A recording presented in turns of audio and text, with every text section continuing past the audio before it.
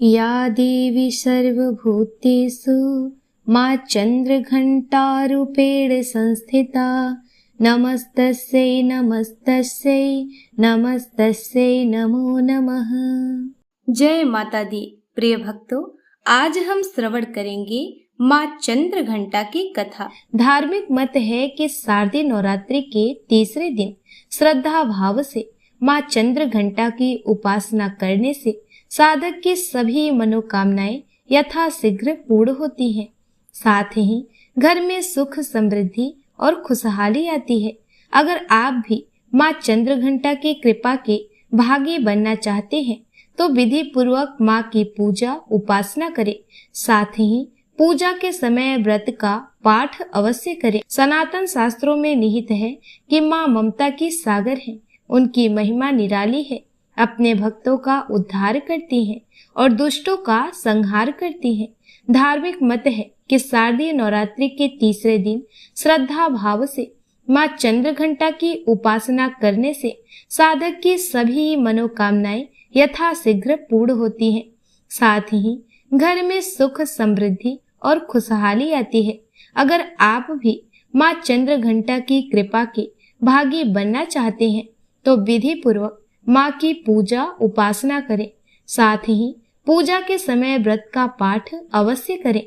आइए जानते हैं माँ चंद्रघंटा की कथा के बारे में। चिरकाल में महिषासुर नामक असुर का आतंक बढ़ गया था। उसके आतंक से तीनों लोक में हाहाकार मच गया। भगवान द्वारा प्रदत्त अतुल बल से महिषासुर बहुत शक्तिशाली बन गया था। वह शक्ति का दुरुपयोग कर स्वर्ग पर अपना आधिपत्य जमाना चाह रहा था। इस प्रयास में वह लगभग सफल भी हो गया था। उस समय स्वर्ग के देवता भयभीत हो उठे। स्वयं स्वर्ग इंद्र नरेश भी चिंतित हो उठे। महिषासुर स्वर्ग का सिंहासन पाना चाहता था। उस समय सभी देवता ब्रह्मा जी के पास गए और उनसे सहायता मांगी। ब्रह्मा जी बोले, वर्तमान समय में तो महिषासुर को परास्त करना आसान नहीं है। इसके लिए हम सभी को महादेव के शरण में जाना पड़ेगा। उस समय सभी देवता सबसे पहले जगत के पालनहार भगवान विष्णु के पास गए और उनसे सहमति लेकर सभी महादेव के पास कैलाश पहुँचे। स्वर्ग नरेश इंद्र ने आप बीती महादेव को सुनाई।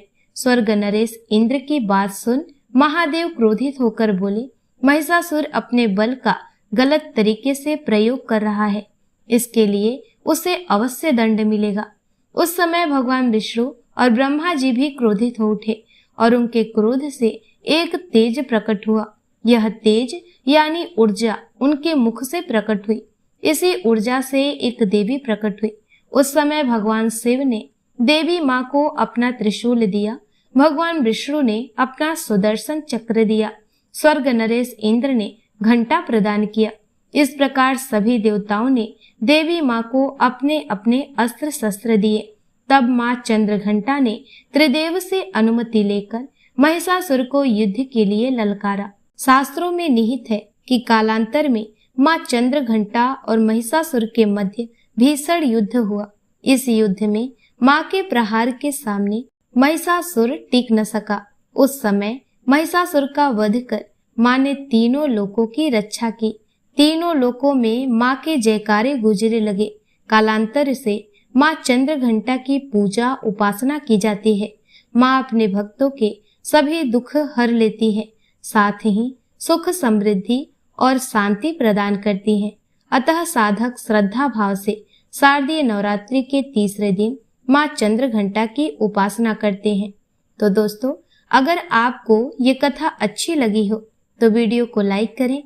चैनल पर नए हो तो चैनल को सब्सक्राइब कर लें। मिलते हैं नेक्स्ट वीडियो में। तब तक के लिए हर हर महादेव। जय माता दी।